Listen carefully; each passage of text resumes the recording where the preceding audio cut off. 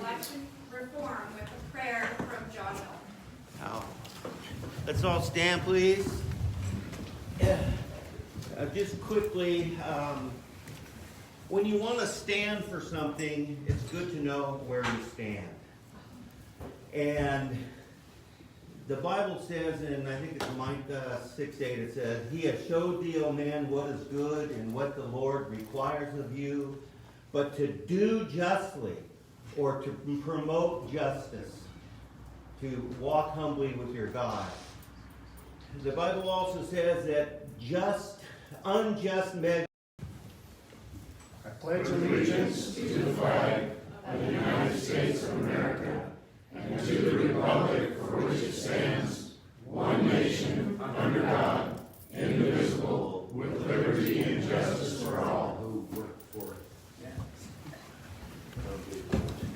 Jim must be here. Just a reminder, everybody, if you haven't signed in, please make sure you sign in on the sign sheets.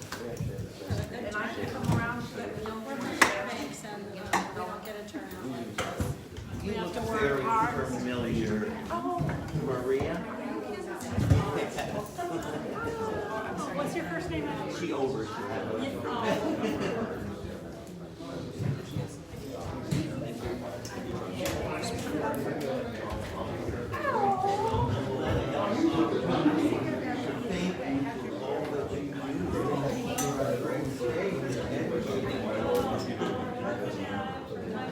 Don't forget to share out there if you're watching right now. People need to be seeing what's going on in the valley. They're demanding that there is a recount, hand calendar recount after the elections are over with. The machines that they're purchasing are not the most reliable.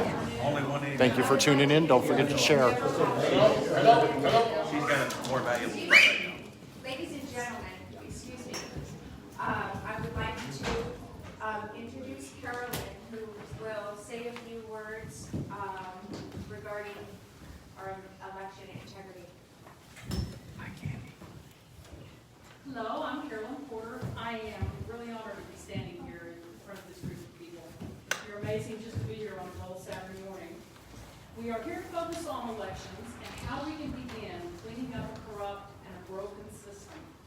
Elections are the foundational building block of a strong state. I was asked what I think about this group and what I think about this meeting, and my answer was very simple. I think this is the beginning of a revolution.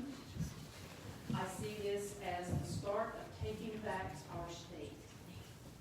Today, I want to say a few words about another critical building block, and that is our state leadership.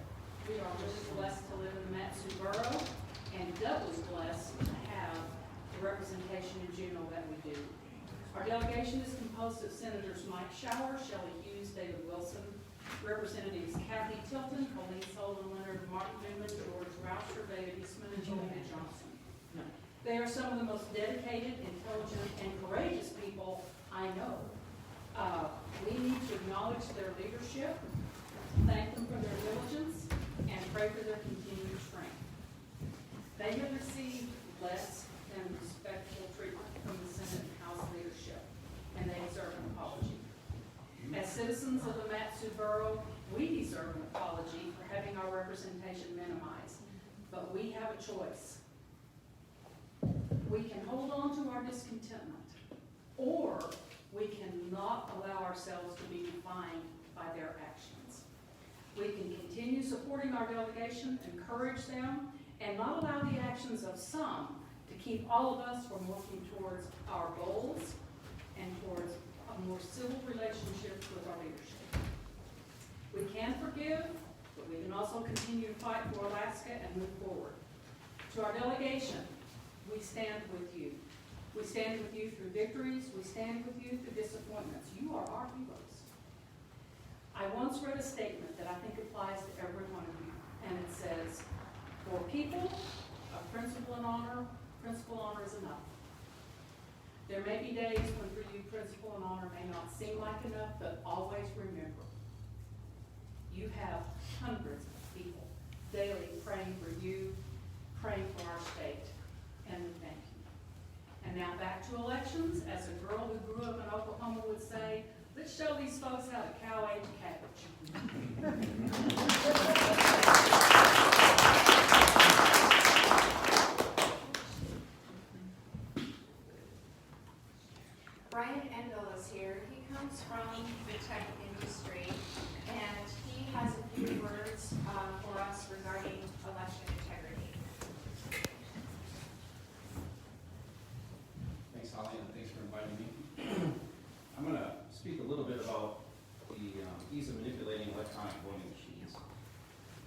This information that I'm going to share with you is out on the internet. You can get it on YouTube. You can find it in a number of different places.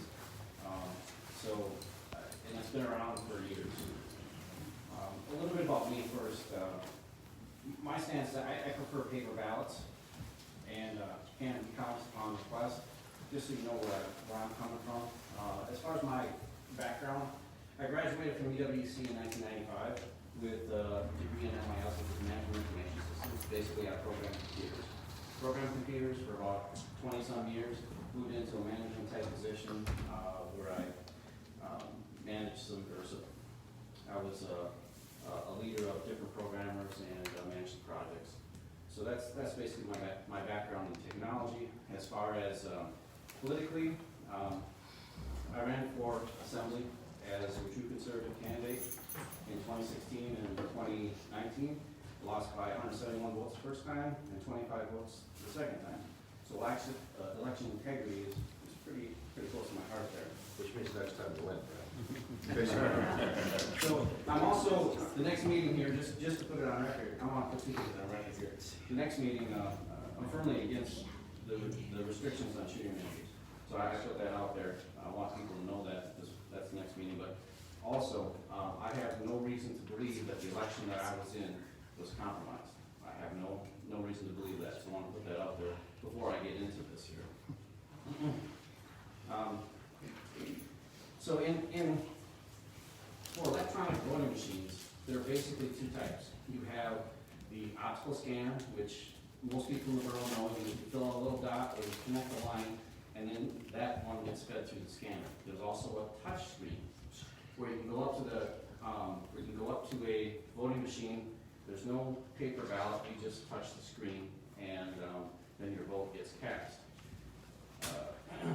But the problem with the touchscreen, or many of them, is that there's no paper trail.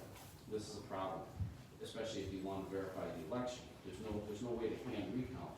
And hand recounting is basically the only way that you can verify that things are right.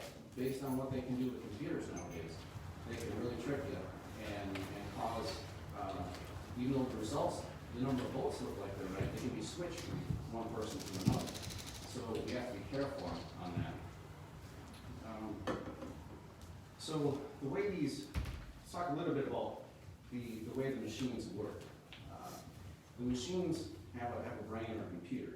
Some of them actually are computers, but they have a set of instructions that gets loaded every time.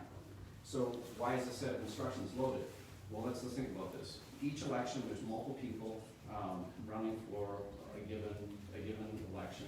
There's multiple races. It could be a state race. It could be a local race. It could be questions on the ballot. Each time it's different. So each time a set of instructions has to be loaded on the machine. So that those machines are, that set of instructions is usually on a memory card. But it could come with a USB. It could be loaded from the internet. There's multiple ways which it can be loaded. The problem comes in, and that's the key right there on how these machines can be manipulated. The memory card, however it's loaded, that's one additional way in which the election can be compromised. So through the set of instructions, the set of instructions is somehow modified, or something that runs with it is modified. I don't get into too much detail. I get very technical, but I can blow the script away too, so I don't want to do that. So the machines can be compromised by like a memory card. So in essence, the way it works again is the set of instructions is loaded on the machine. There's some testing that's done on each of the machines, and then the machines go into election mode. So they record or tally the votes. You put 3 people put their votes through. You have 3 votes that go through. Some go to Mary, some go to Joe. Sometimes the question is yes, and sometimes it's no. And all that's tallied out. And then at the end, usually a tape is written. And that tape is a tally, and that goes to the election center. That's just basically how it works. And again, the touch screen ones in general don't have a paper trail. They don't have that extra ballot that you fill the dots in. So there's no way to tell if things worked on the inside of it. So, so, sorry. So how these, Just a quick question, Brad, for clarification on this one. Are they air gapped? And the reason I ask that, because I think that's important, does somebody have are they gapped? Are these machines air gapped, or does somebody have access to them through the internet to talk to them? Are they air gapped from being influenced during the cycle they're being used? I wanna back up just a step and I'll answer your question. So I know about technology, I know how to program, I know all these things. The specifics on given machines, I may not be able to comment on because I haven't specifically programmed one of them. I haven't tried to hack one of them, I'll put that out there too, but it's very easy to do so. Now, as far as like being secured and so forth, yes, they are secured to some extent, and I say to some extent. But even on Fox News, they brought one of these touchscreen machines on there, and there's a number of students from Princeton who kind of started some of this back in the early 2000s. And they showed how easy it was to hack one of these machines. The access to the side of one of those touchscreen machines, which I think is the Diebold AccuVolt, which might be the one that we're getting. I'm not 100% sure. I tried to figure out which one it was that we were getting, but I don't know for sure. I understand it's a Diebold, I understand it's an AccuVolt. What model, I don't know. Okay, but in general, that one and the one we currently have in the borough, it takes very little time to compromise them. So on Fox News, they showed the Diebold touchscreen, there's like a minute or less that they can compromise that.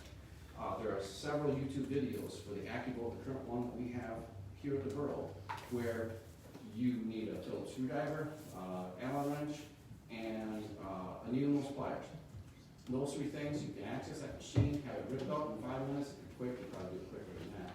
And then compromise the machine, take the memory card or the set of instructions out, replace it with something else, and you can then put it back together and no one will know the difference. Even the seal isn't broken the way they do this. So, Brian?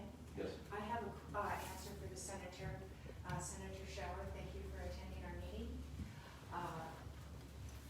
According to Googling Internet of Things, there is no such thing as air gapping anymore. Any device with an electrical impulse, such as a phone or a refrigerator, will open access to compromising the machines, and that's according to the site of Internet of Things. So that's one resource you might be able to look at to further answer your question. Holly, I'm very aware of that. I bring it up as a question. I already know the answer, but I think it's important that people understand it, which is why I'm saying it or asking it. Because unless you have a secure facility that is cut off from the outside with no connection, there is no real way to air gap anything. You need physical security in addition to. That's why I asked the question I was trying to drive to. Brian, it's a great segue for that, because people need to understand. Yeah. We're vulnerable. If they tell you we're not vulnerable, the reality is we're not, either physically intruding on systems or through an electronic means, whether it's wireless, et cetera. Yes. People need to understand that. That's what I'm driving at. Yeah, and the electronic portion of it is very, very susceptible. Any kind of access to internet, Wi-Fi, Bluetooth, that sort of thing, that just leaves it wide open. I don't care what people say. I've been in this industry long enough. I've worked with security people who've had to deal with these kinds of issues, and forget it. If they want to get in, they will. So, yes, sir. Brian, could I add to this? Most of you people I recognize that have heard my testimony about the 2014 U.S. Senate election, where 7 of us went down the street. There were elections on a 3-day appointment schedule to scrutinize the counting of the ballots. And it took an hour and a half for us to get logged in, swore a non-disclosure agreement, which I won't honor because that's not godly. And I'll tell you, so a couple things on this specific point. The boss lady there, when I questioned her, a number of us, like Ron Johnson, the Zimmermans, Amy Walker, myself, a couple others were there. And she said, okay, yes, if you have the adapter that I have, that I use to program the machines, these machines, the way I want them programmed, you could certainly do it. And I said, well, who scrutinizes you and your programming of the machine? She said, no one. Why do you ask? I said, because it's incumbent upon us people out here who are your boss to make sure that we get our money's worth and it's not a corrupt thing. Nobody watches me program the machines the way I want them done. So, to that point, these machines are programmed with a set of instructions I was talking about. They're programmed how somebody wants them to be, but when the machines are compromised, that's different. The programming is still there. The set of instructions is still there. Something runs in the background and watches and then manipulates the data while the machine is doing what it's supposed to be doing. So no one really knows what's happening. And a smart enough hacker, which the people that are going to be doing this will be smart enough to make sure that the machine doesn't blow up and it doesn't do certain things to alert the fact that it might not be working right. They'll make sure that all the totals are right. So in other words, 25 people run most of that machine, the total at the end is going to be 25. But the votes can be switched any way that you can think of. So if there's a Republican and a Democrat in a race, the code that's running in the background, the virus they might call it, will accumulate those votes, and maybe it'll say, well, we want the Republican to win by 5%. Well, that's this machine. But on the next machine, it might be we want the Republican to win by 10%. Okay, it probably wouldn't be that, it would be the opposite. The Democrat win by 10%. Anyway, they can be creative, and they can try to hide their tracks, so to speak. Now, another thing that happens, especially with these touchscreen models, is what's called a virus, or that extra program that runs in the background can be loaded onto these machines. And when it's loaded onto one machine, that same card that's loaded on there is used for testing purposes, and it may load it onto another machine. So you stick the card in one machine, that one's affected, and then you stick it into another, and that one's now infected, and so on and so forth. So you can stick a different card into this machine, it can infect the card, and then go back to the other machine, or another machine, and it can infect that. So it's very, Susceptible. yes, susceptible to problems. So I basically, and I mentioned before that, you know, there's multiple YouTube videos out there which will tell you exactly what I just told you. I mean, there's enough information out there from years. And the other point I want to bring up is a lot of these voting machines are old. When I called the lady from the Division of Elections, she says the voting machines in the borough were something like 20 years old. She didn't know the exact year, but she said roughly that was it. So I mean, the information to hack these machines, to get into them, has been around for a long, long time. And there are groups of individuals that get together, they're called DEFCON. They meet every year, and they hack the machines for fun. And so it's just a game to them. But, I mean, they're not hacking machines out in the real world. They have their own test machines that they hack. And then they, you know, do all sorts of things to them. So they can, like I said, they can alter the election, give votes to one candidate based on any set of rules they want to make up, even the time of day. They can shut the program down at different times of the day. So it might run just during the election, from 8 to 8, and then stop. You won't see it again. But it could be resident there even for the next time, from what I understand. So, but it also can crash the computer. You want to create chaos, it can actually really crash the computer hard, and then make it so that you have to start from the beginning and not just load the basic instructions or the basic instructions that were there before, but you actually have to reinitialize this thing from scratch. So that's a big burden. I'm guessing that most people that are running these elections or that are volunteering for these elections do not know how to bring that computer back up to where it needs to be. Brian, what would happen to those votes? Yeah, that's what Gone. I was wondering. And you'll never find And how do you find the people that voted, and what happens to their vote at that point? You can't, unless they signed a register and there was some kind of a date on there. There's no way, you have to bring all those people back and have them vote again. There's no way to find that So date. that won't happen. So Yeah. their votes are silent. Yeah, I mean, and this information has been out there for years and years and years. And the ability for a programmer, or a hacker, I should say, to actually wipe out any trace of what they've done is very easy. I mean, this isn't rocket science. I mean, they teach the basic concepts of this in programming classes. Not how to hack, but how to do these specific things. You know, so it's not rocket science. And high schoolers and college students are the ones from Princeton. College students from Princeton are the ones who actually started this kind of thing, at least from what I gathered. When you talk about those videos that are out there on the problems with the machine on YouTube, is one of the ones that you were looking at called Fraction Magic by Bev Harris? Fraction Magic? I don't remember that. It's phenomenal. Yeah. Fraction Magic, and it's been out for years, and it blows your mind. It totally, Fraction Magic, you got to see that. Is it about the way that the machines are compromised, or is it about specific machines? It was about all of them, Yeah. and one black fellow who was a programmer, his name was Benny, he said, no, you can't do that. And he said, well, just humor me, try. And so he began to think through it, and all of a sudden he came up with a program because he saw that your vote is counted like money. It has so many point such and such, decimals. And with that portion of having decimals on it, even though you won't see that in there because they will blank that out, with that, they can control it like you just said. Do you want to win by 1%? Do you want to win by 5%? And on that election down there that they had with Roy Moore, who was for Senator of Alabama, I saw a guy put on there on the screen, and I literally, with my own eyes, saw the votes decrease from like 6,500 down to 4,500.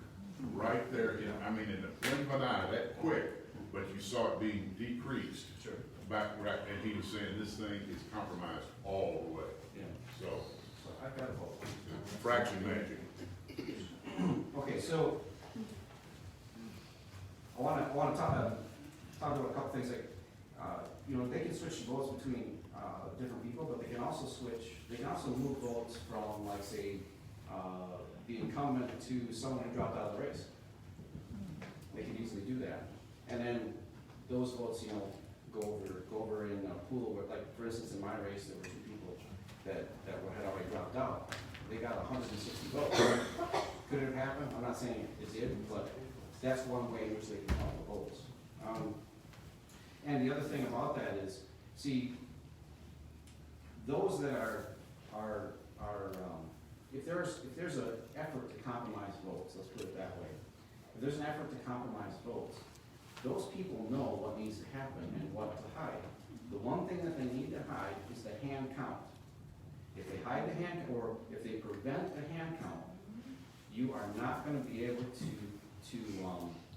find out what's wrong with this machine. I almost guarantee it. So, for instance, in the borough, I asked the borough clerk specifically, can I, and Holly had mentioned something about this too, and I'll let her comment if she wants, but I'd asked the borough clerk specifically if I could do a hand count. Now, this is before the absentees were counted, before anything was taking place. I didn't know how things were going to go. And I asked her that, and she said, no, I won't allow it. Oh. Before we even got there, no, I won't allow it. I said, well, who's the authority on that? And she said that she was. And she also said that the only other authority is the assembly, and the assembly can direct me to do a hand count. But unless they do, I'm going to. Well, the assembly's liberal. Why would they do that for me? I'm concerned. So I knew that there was absolutely no way to verify the election results. I knew that. There was absolutely no way. So, just some points I want to make.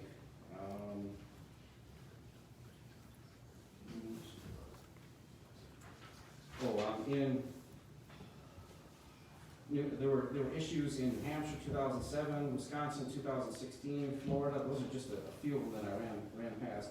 There was a good article by Politico.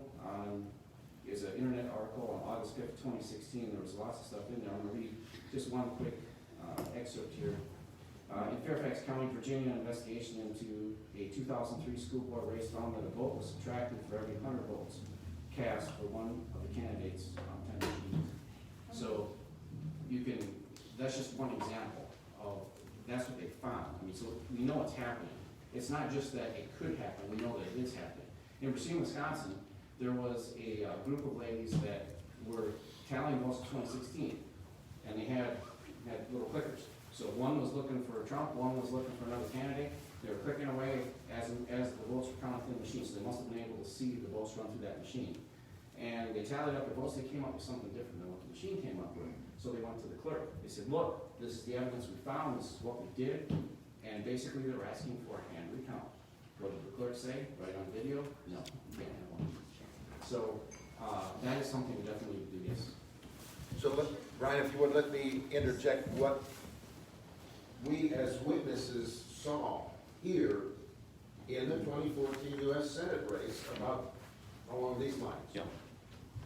Two things. One, the boss lady had these temporary hires, two girls, feeding the machines, the ballots. We were not physically allowed to touch or scrutinize any ballot. That's what we were there for. Yeah. She refused that. And so we said, in order for us to have any control or proof of your count, will you please run the next 100 ballots through the machines? Have the machine kick out the report of those 100 ballots and let us compare the physical ballot. She said, no way. Okay, yeah. And then the second part of it was approximately, she told us that, well, it's approximately 10 to 12% of the ballots that the machines refused to count for whatever reason, the hanging chad or a double vote or something. Sure. And that goes on this pile here. And I said, what do you do with those 10 to 12% of the machine rejected ballots? And the answer was, well, that's simple. Juneau sends us more than 100% of the ballots for each election to cover 100% show up on that particular date. So in Alaska, if we get 30-35%, that's a big turnout. So they have 60-70% of empty, unused physical ballots in these for their use. And what does she do? She says, I take those 10 to 12% of the ballots the machine rejected, and I go back in my office and I decide how that person wanted to vote. I take one of the unused ballots, I fill it in, and I shred the original. I said, you just presented to divide the state rule is that no ballot is ever destroyed until the lieutenant governor certifies the election. Yeah, well, I know that, but they want an accurate count down their election central. So to prevent any confusion, I just eliminate those question ones. And I said, again, and who watches you decide how the person? No one. I do it myself. Don't you trust me? Well, 2 points to that. The clerk in the borough, I've been through this process twice, and the clerk of the borough does handle that particular thing better. However, you also mentioned that these ballots can be run through the machine again, or you wanted to test running 100 ballots through the machine. Don't even bother. It may or may not work. If the programmer was worth his salt, or the hacker, I should say, try to segregate those two people. But if the hacker was worth his salt, he would have made sure that if you ran a test batch like that, you wouldn't even know it. So, yes. And I'm going to wrap up here after any questions. I'm done with what I had to say. Who's in charge of all this? I mean, who programs these computers? Who, is it like a contract the government makes with? Can we wait for your question? I know the senator has a time limit, and I just wanted to move ahead to cover this before the senator needs to depart. I'd also mention that I'm not the only one here, David. Representative Eastman is also here as well. Representative Eastman, thank you very much Good for man. attending.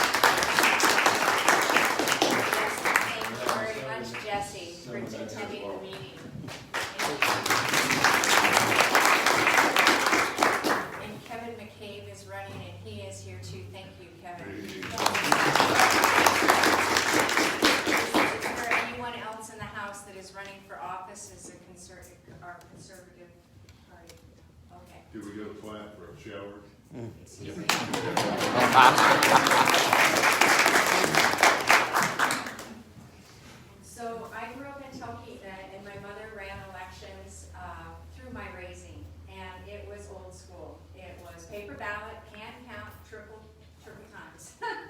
And nobody left until it was done, and it didn't matter how long it took. So I have it deep in my core for moving back in Alaska, back to paper ballots, hand count, and we don't have too many people that are voting to do this. But I have had several conversations where people with wisdom have sat me down and said, you can't change it all at once. And I said, darn. So what we did do is the first round of making a change in Alaska is an administrative order for Governor Dunleavy. And this administrative order will secure that a hand count can be requested from any candidate after the machine count. I understand that the state of Alaska has new Diebold machines, which have been outlawed in California for corruptibility, and there was $4 million spent on these machines, and nothing happens fast.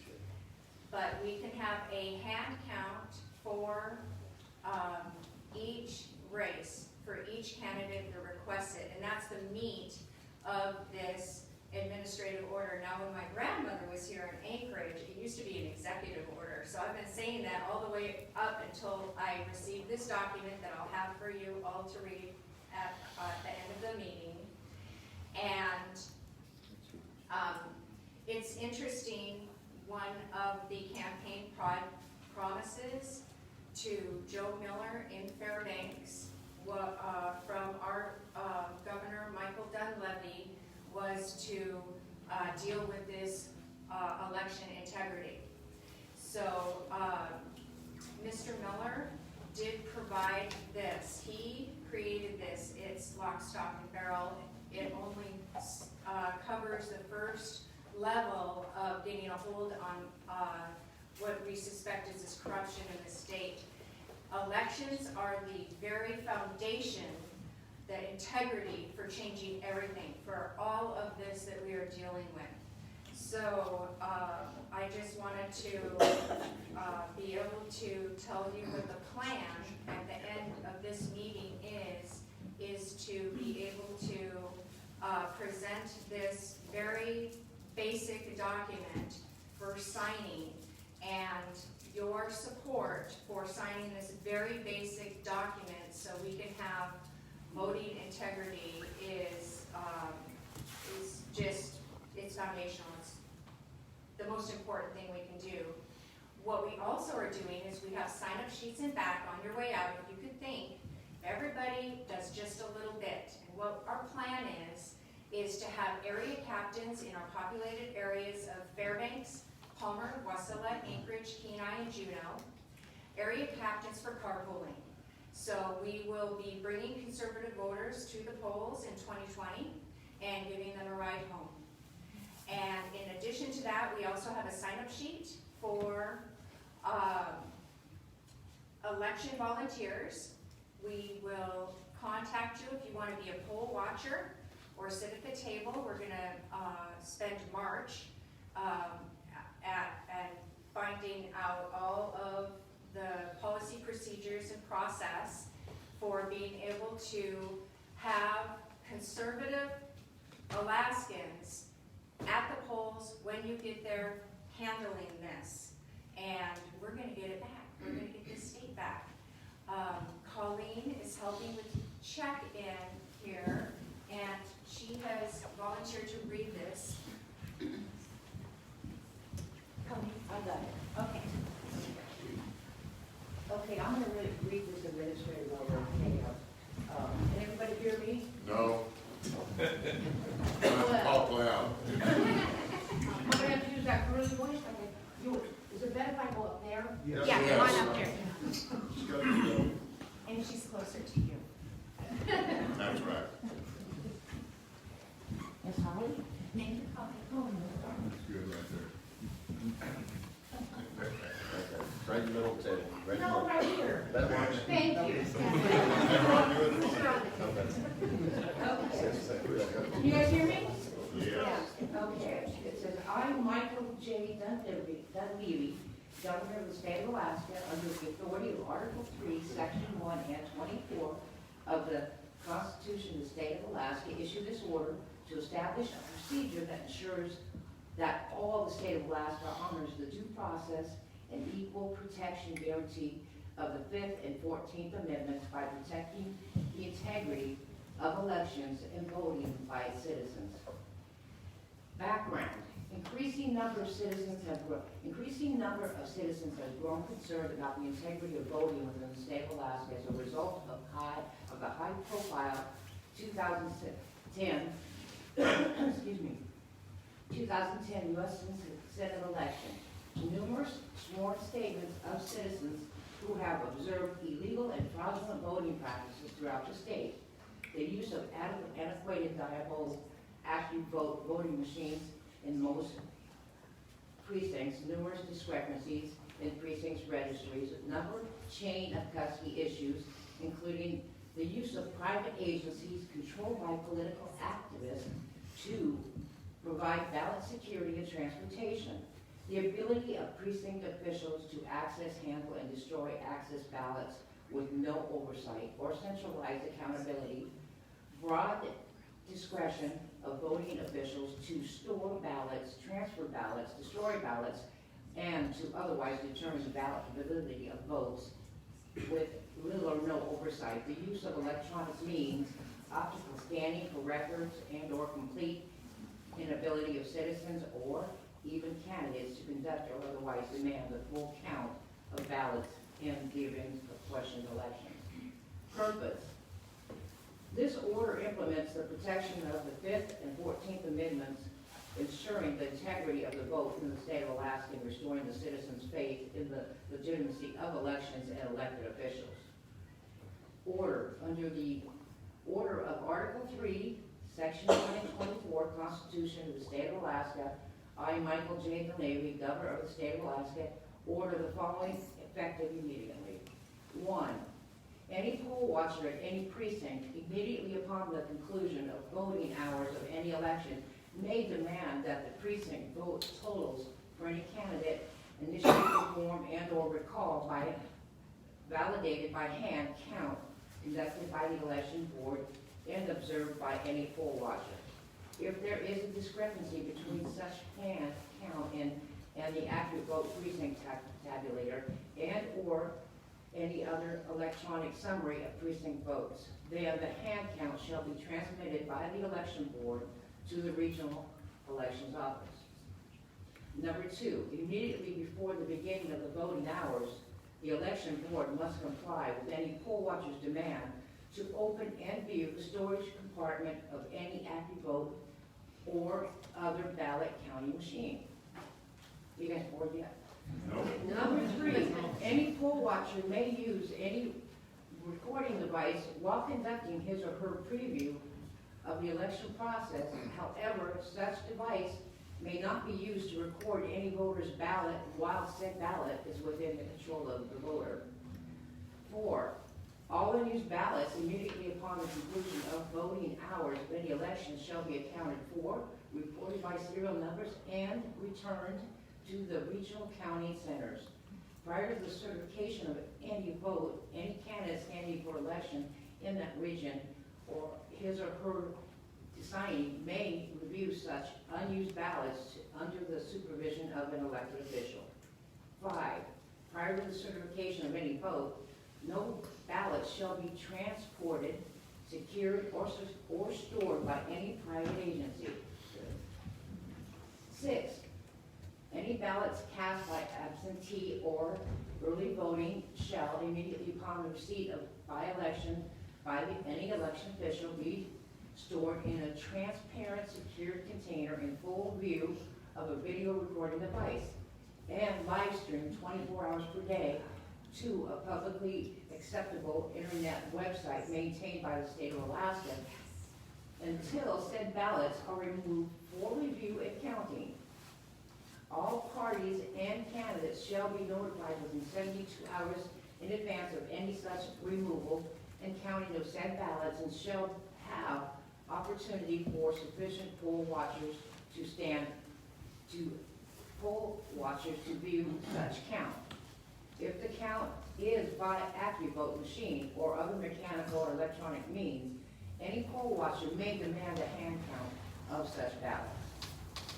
2 more, we're almost done there. Number 7, if any election official creates a duplicate ballot from a facsimile ballot, electronic vote, damaged ballot, or any other reason creates or changes any ballot, such action shall be completed in full view of a video recording device and live streamed to a publicly acceptable internet website maintained by the state of Alaska. Number 8, for any election recounts demand by candidate under law, election officials must conduct a hand count of all ballots in such candidates so request. Okay, responsibility for implementation. The Lieutenant Governor, with the assistance of the Department Administration, is responsible for the implementation of this order and shall provide monthly progress reports to the Office of the Governor that detail the steps taken to implement this order. The frequency of those progress reports may be changed to the required more or less frequency upon review from the Governor.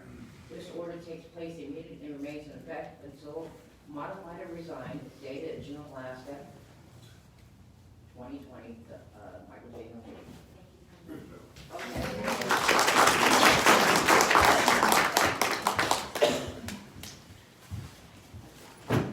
So, does anyone have anything to say about that, Lynn?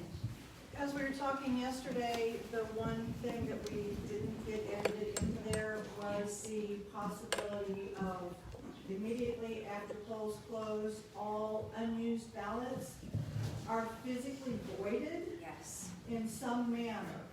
And, some manner to be determined, fan them out, take markers and mark the edges. Somehow to be distinguished between an unused, or, a voided ballot. I mean, we need to get rid of those things. I mean, and we'll still count them, still make sure everything is in order, but, have some sort of marking on them that immediately, causes them to be non-usable. And, also about the thermal tickets that the counters spit out. We were talking with Joe about this yesterday. He says that, often the original thermal tickets that are spit out by the counter are not used, they're destroyed.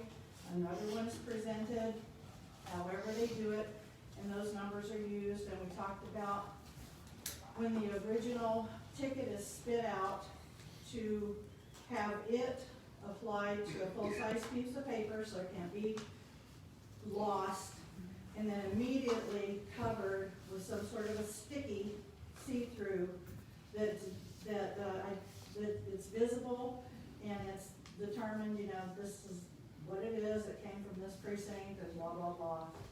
And, methods to be determined later, but general ideas to get rid of reusable or ballots that could be defrauded, or counts that can be tossed out, eliminated.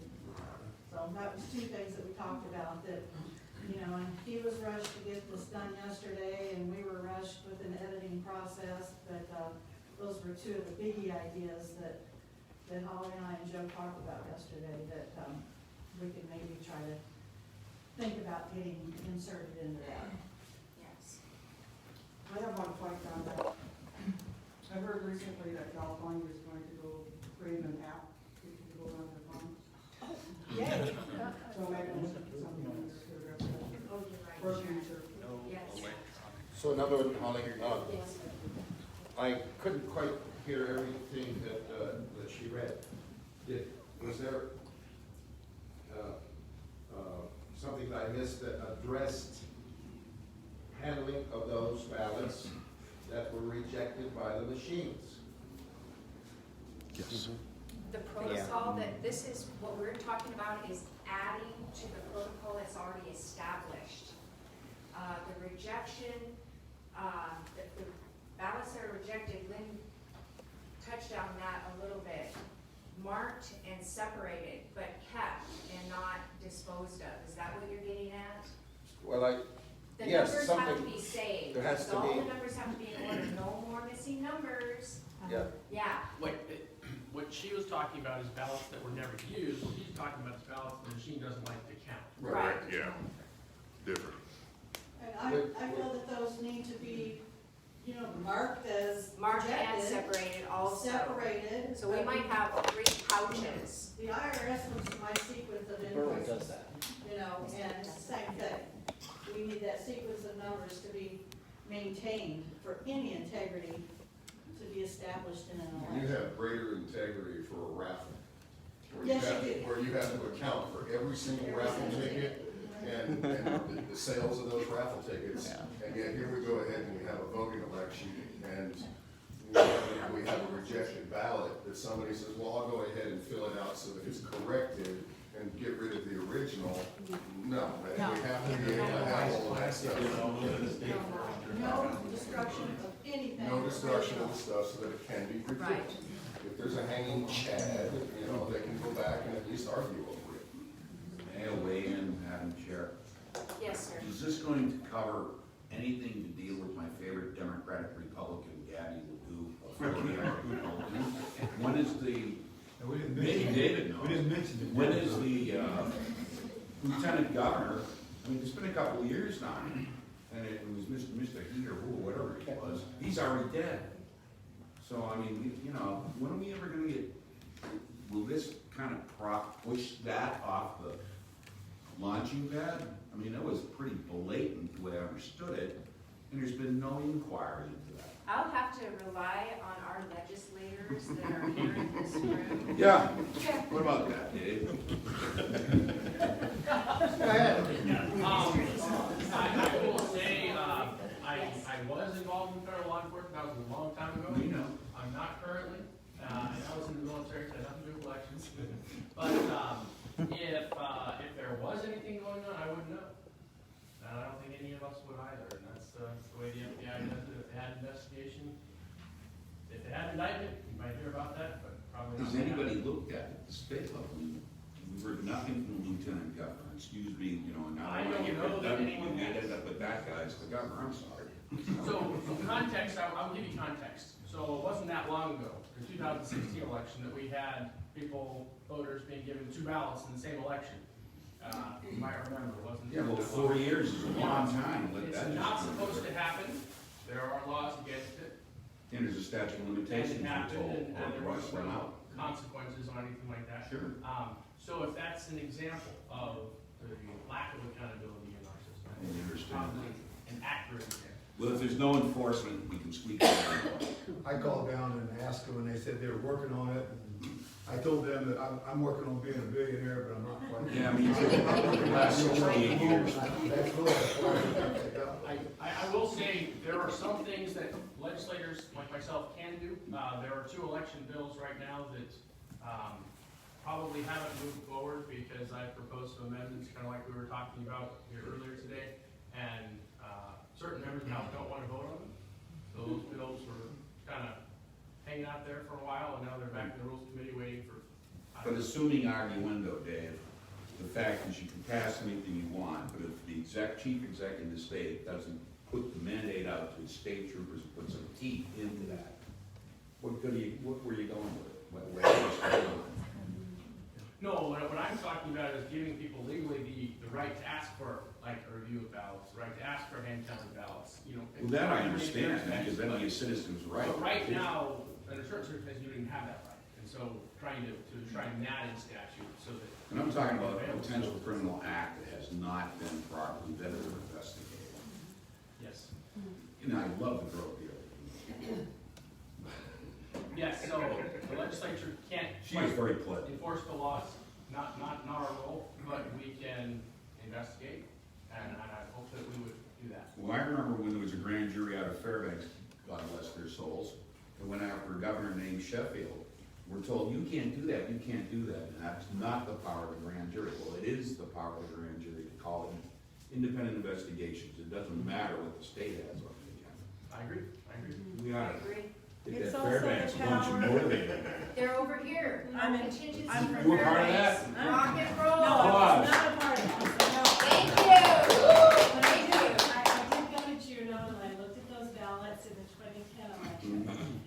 But that's not why I raised my hand. It is the House's power to investigate anything. That's On true. behalf of us, the people, Yes. it's our job to police them. Sure, because given the argument of the state, the district We're not attorney doing also our says, job. we bring the information forward for grand jury inquiry, which is not true. A citizen asked for an independent grand jury, and that's what happened. And that's been the law in this country since the beginning. That's right, that's exactly right, except. Anybody can go before the grand jury and bring an ask for an indictment. We don't need no Don't damn they state stonewall lawyer. It's not happening, it's not, They the stonewall relief you. isn't happening, and it hasn't been happening. All right, My just saying. opinion is because the bar is involved in the You're grand right. juries. Well, I know all That's about the my, bar. and I'll just tell you my opinion, that's my opinion.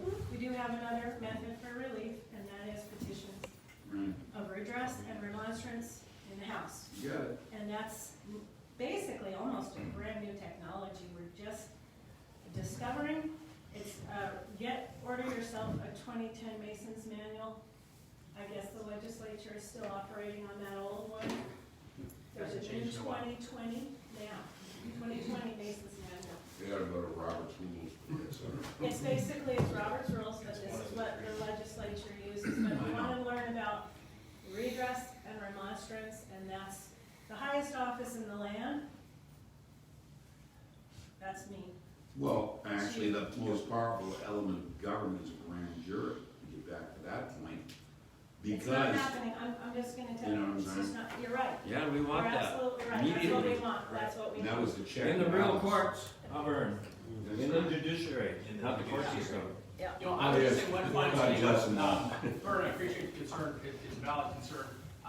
You know, I battle their elections and legislature and whatnot, it's a battle of attrition, it's a battle of morale, and I'll tell you, the other side likes to use the fact that we have little accountability in most of our government here in the state, and have a national reputation for elections that aren't incredibly accountable.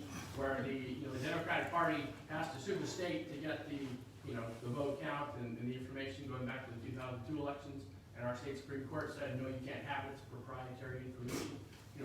We were the national, scene when that was going on, and it hasn't gotten a lot better since then. But what I would say is, the other side is going to use those problems to tell all of us in this room, don't waste your time, it's politics, elections, let the other folks take care of it. Don't let them do that. Don't let them discourage you that way.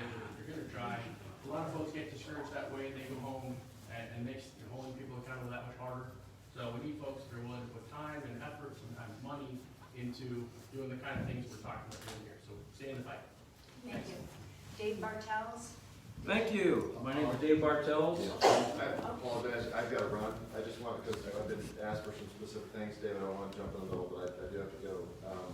Resides in you here in Slough, it does, that's what our Constitution says, that's where we came from, right? But it's really hard to have that power if your legislators that you elect and send to office in a corrupt system, and that power is being abused, if their voices are silenced.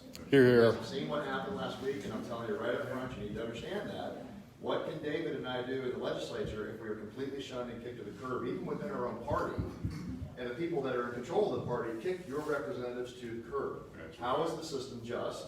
How can we make that effective change? How can we do anything if you fight the deep state? There are consequences for these actions, folks, for what we're doing. You're seeing them right now. We're facing them. I mean, I don't know. I mean, look, Senator Reingold, for example, has been kicked to the curb many times in the last 5 years. Senator Hughes, your current governor, for these types of things. So you need to understand that in the context of this battle, you do what you do, and we're fighting these things, but when you bring this up, when you shine a light in places that people don't want you to shine a light, there are consequences, and the consequences, they squash you because they have power. Now, let me tell you something else about that. We may be down in some cases, but remember who's in charge here. Yes. It ain't us, all right?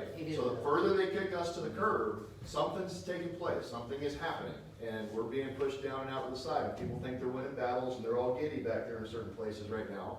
Remember that ultimately this is about winning the war. We're gonna lose some battles, or it's gonna feel like it, but that doesn't mean the war is lost, and that's what we're doing on this. There will be some ups and downs, and you have to just acknowledge that and power through it. Do not, as David said, be discouraged. That's right. Remember what happened to Joseph? Thrown in the well by his own family, the next thing you know, the guy's running Egypt. Things change. Fortunes rise and fall. Don't lose hope, is what I'm telling you. You need to be engaged. A couple quick things. Holly, first of all, somebody said something about Commissioner of the Department of Administration. That's a big one. That lady knows what she's doing, and she's the right person to be involved in this fight right now with the things that need to happen, so we've got a champion there. There was an IG that actually came from my office, her and I, Commissioner Shibaka, talking about that the governor announced at the state of state address. That's huge because this will be a possible avenue for us that's actually independent to bring these types of things forward. That there's not state influence, that an attorney general that works for a governor at will can be fired. So just, that's something we're trying to do. But remember that even with those things being said, we can have the best idea in the world if we put those out there, because remember, I have an election bill, like others that were out there working with the lieutenant governor to try to change this. If we have no voice, if we have been stripped of everything, if we have been pushed to the side by certain people inside the legislature, there's nothing we're gonna be able to do for the moment. For the moment, okay? Remember, things change. But that's also because you get involved. So if there is a change required to this document, Yes. and you guys want to make a few, there's some things coming up, just redo it, and then we can, talk about how that moves forward from there, so that's fine. Outside of today. Those bills that are out there, if you guys look at them, the ones that we have, if you think there's things that need to be changed, added, et cetera, to make it right or a part of this effort, I'm certainly willing to do that, because look, we know we have corruption. We know we're fighting it. There's multiple parts to this battle. This isn't the only one. There are other things that need to change. I'll say it again, right? The Biden caucus. Look at the fruits that's given us right now. Look at what is happening, okay? The legislators have been given a few enormous power, and those of us that were legitimately elected to be your voice have been silenced. Your voices have therefore been silenced.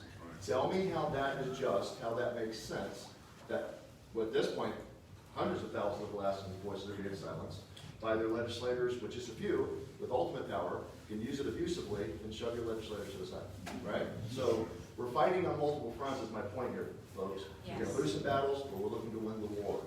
So if there's changes to be made, let me know. If we need to talk about the bill, let me know.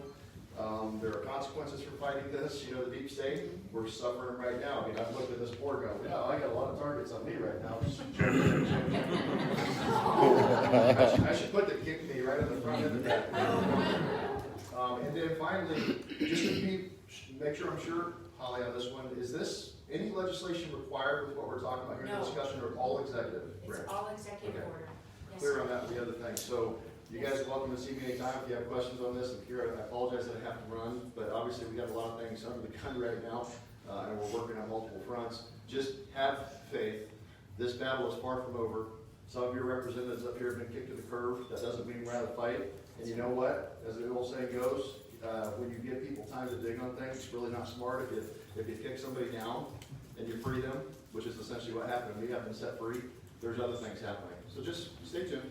This battle, I know, folks, for what it's worth. Any questions for me before I walk? Yeah, I got a quick objection. Yes, sir. I want to make a formal objection to our legislators. The biggest scam they got going, they're pretending we're not the people. We, the people of Alaska, we got no ID. We're in slave status and subject to all this horse shit outside the law.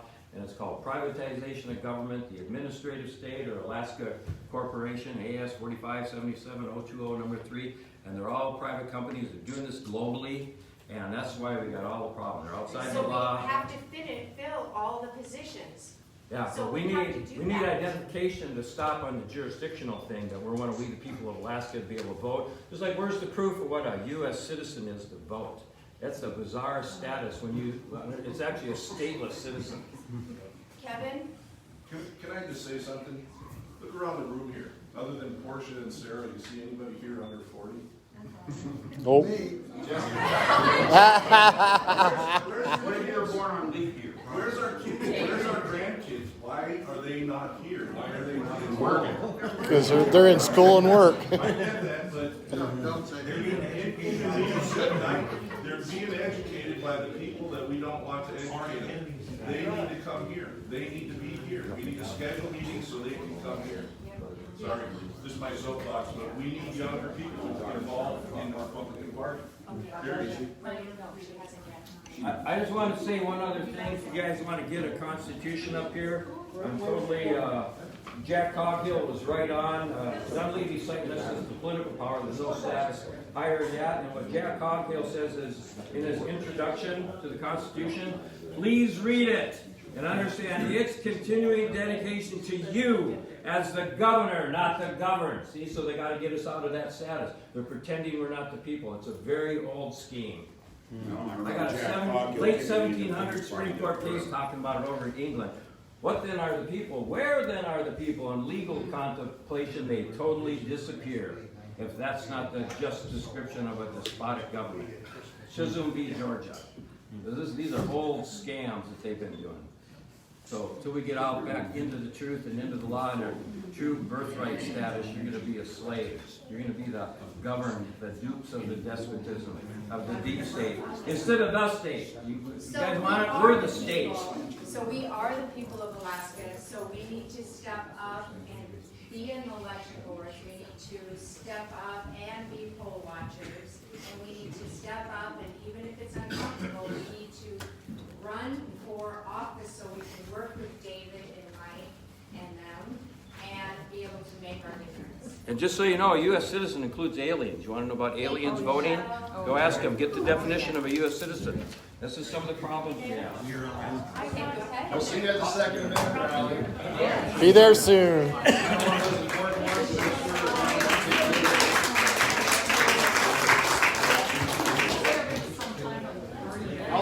I have a couple minutes. Yes. I call this meeting to order.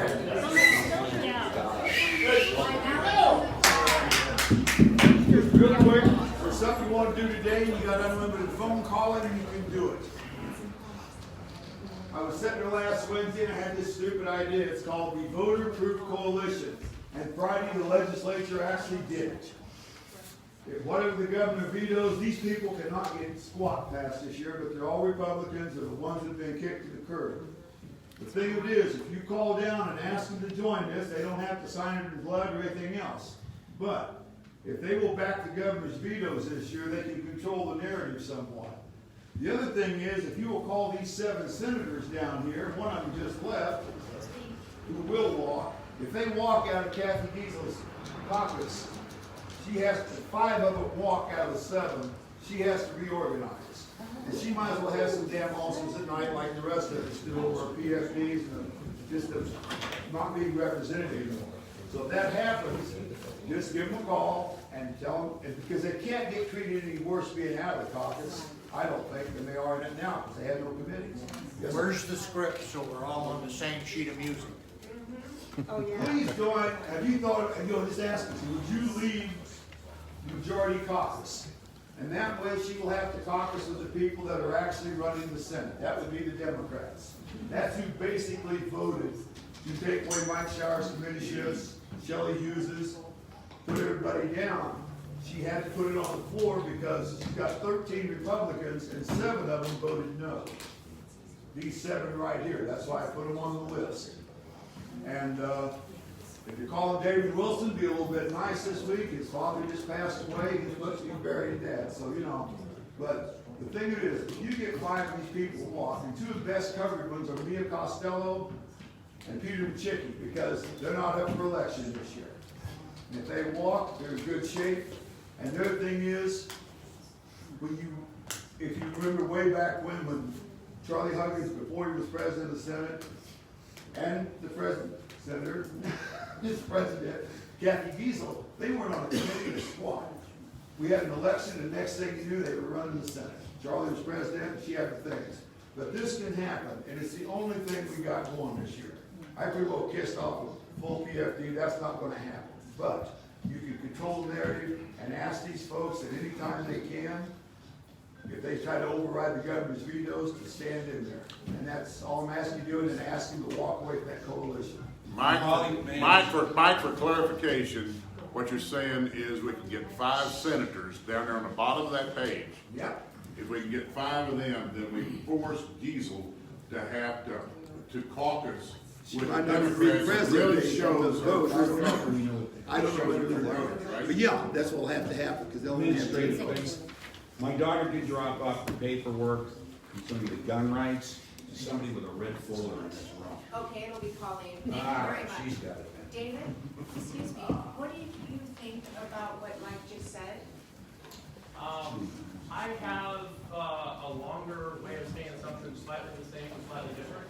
Okay. So I think it's good to call some folks, and I think I'd be more targeted in who I would say calling, but everybody needs calls, so calling is good. I would want to first, since it's my topics that we're talking about, I probably want to get him to weigh in on his thoughts first before I do mine. Okay, very good, thank you. Go Okay, ahead. I asked for two things to be added to the administrative order. Yes. And one is to ensure that all poll counters are in place prior to those ballots being started counting. And the other one is to make sure that if there is any objection, if there is any problem with a ballot, any poll watcher can shut the process down until it's resolved. There is nothing in this, or that I know that exists right now, that gives the poll watcher the power to do that. Well, just as a point, on that list, is a poll watchers can video things, so, that can be documented, without shutting it down, just a point, I mean. Well, but it needs to, the problem needs to be resolved. If there's a hanging chad, it needs to be resolved before the vote on with the ballots. That's the only thing that's going to force it to be dealt with in a timely manner. Okay, Candy? I have a question about how military, out-of-state ballots and absentee ballots, the seniors, those, how they would be handled. I didn't pick up on how that is accounted for in a paper ballot.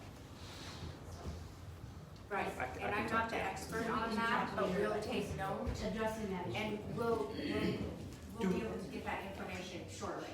Do we have a list of service members from the state of Alaska that's eligible to vote, to compare the ballots to? I don't know if there's a list per se. Certainly, there's an effort to get information to voters, and the Department of Defense is part of that. But I don't know if there exists a list.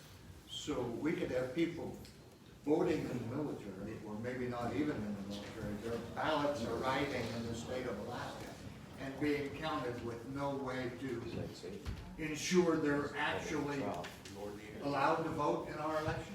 That's right. You could say that, but there's probably a little more to it than that. Well, I'm simple, man. Maybe you can help with that part of this effort. Maybe I can communicate with you and we can get some answers and be able to clarify that before we propose this here in the next week. Yes, go ahead. Is there any way that, and I'm not sure if this is what you want to do at this moment in time, but I don't see any punitive action that can be taken. In other words, if the Attorney General does not take action against these, and that people will be imprisoned, and to where they can, and all, even the poll people, that they understand if there's any indiscretions, that there is prison time that is entailed for this.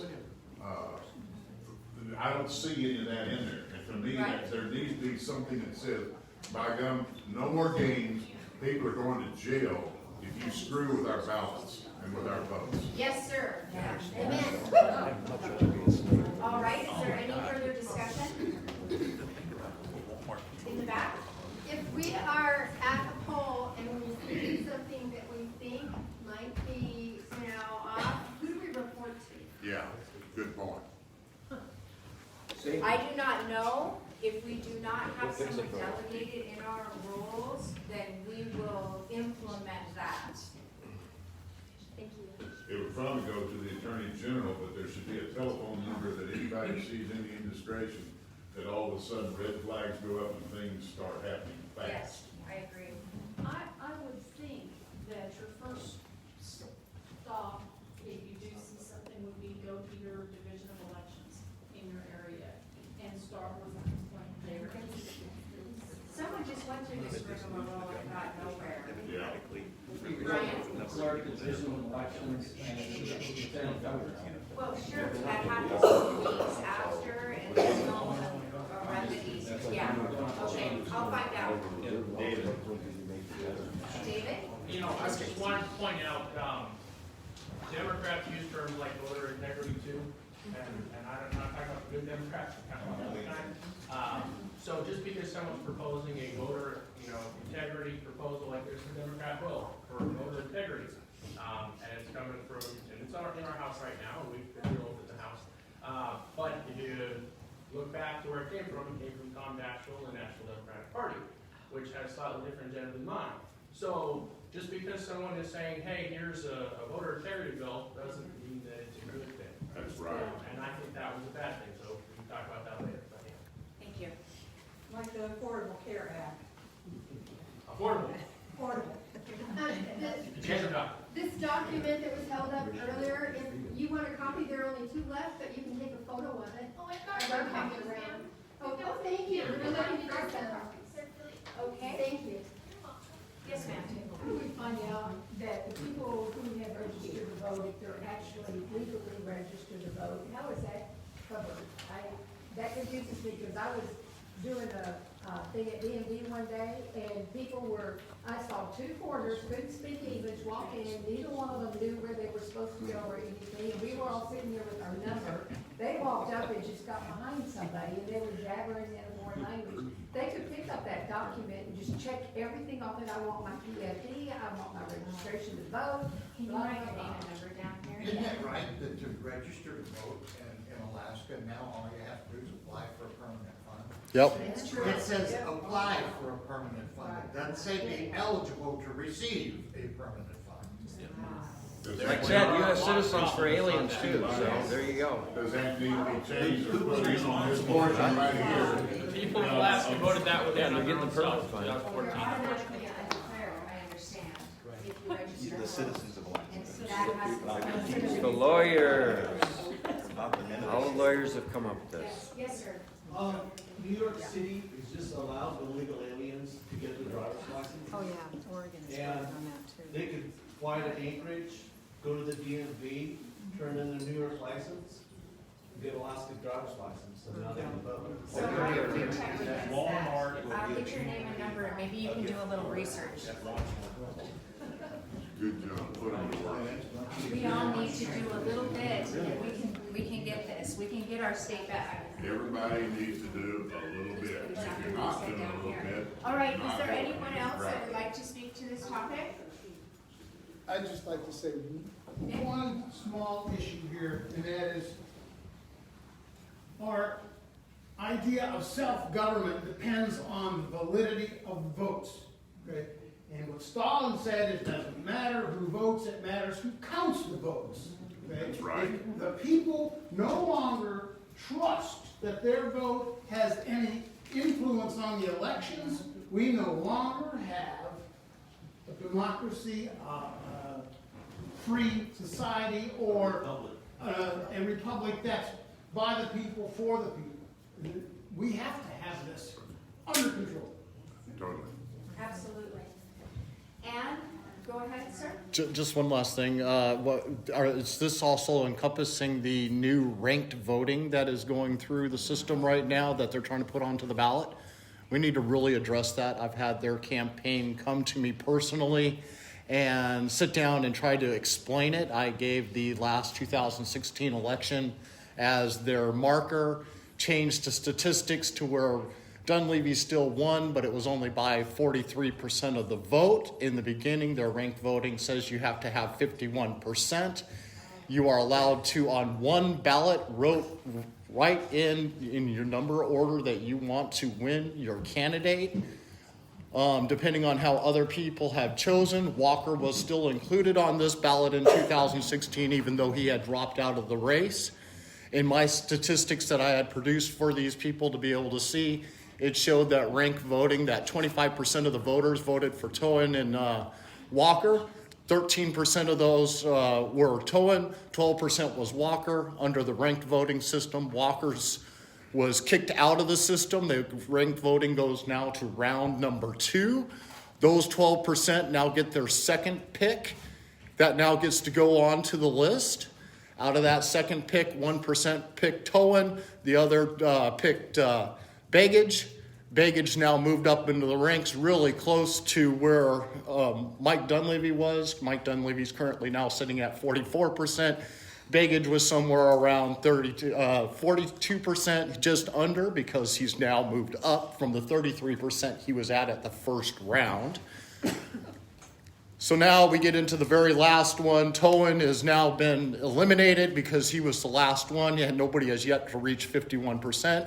Anybody that had voted for Towan now moves into their third choice, of course, because these are uneducated voters. Obviously, they voted for Walker, who had dropped out, are now voting for Begage. Begage now wins the race 51% to 49%. Dunleavy now loses under the new ranked voting, just so people are aware. And it needs to be known that Begich has already used this once to win the mayorship in Anchorage. Yes. Is there anyone in this room that can help with the ranked voting topic? Thank you, Mr. Easton. All right, it is I have another minute. Go ahead, sir. Maybe Brian Endo can answer this. These new voting machines, Diabo, that have been purchased, are they exactly the same ones that we're using now, or are they different? What do we know They're about? the same but updated, and that just makes me more skeptical. Yeah, I haven't found out exactly which model they are, but. Because Colorado, I believe, was the last state in the union, other than Alaska, to have these machines, and they got rid of them. Maybe we just picked up their used junk. Is that it? The timing feels suspicious at least. Is there any way that we could get rid of or send these back? Because I also heard the other day, I don't know if this is true, but that's $4 million of our money. Yes, It is. sir, it And I also, I can't verify this, but I heard that Soros owns the portion of Diabo. So does Mitt Romney's family. They Mitt purchased Romney it after. and Soros for Diabo. It's just all an accident. Don't look into it, it's okay. Okay, we're at 11:50, and this will conclude our meeting for today. We will be in touch with everyone on the check-in list on a follow-up meeting. We're gonna work on having a teleconference so we don't have to spend so much energy coming on out, but can be involved. I have some people who have left me notes here on their special interest to help in this effort. Colleen has 3 lists back there. If anyone would like to volunteer for being a poll watcher or on the election board, or the 3rd list, Colleen? Carpooling, Alaska election Yes. volunteers, and then. The area captains. Yeah. So I adjourn this meeting at 11:50 a.m. on January 31st, 2020. Thank you so much for coming.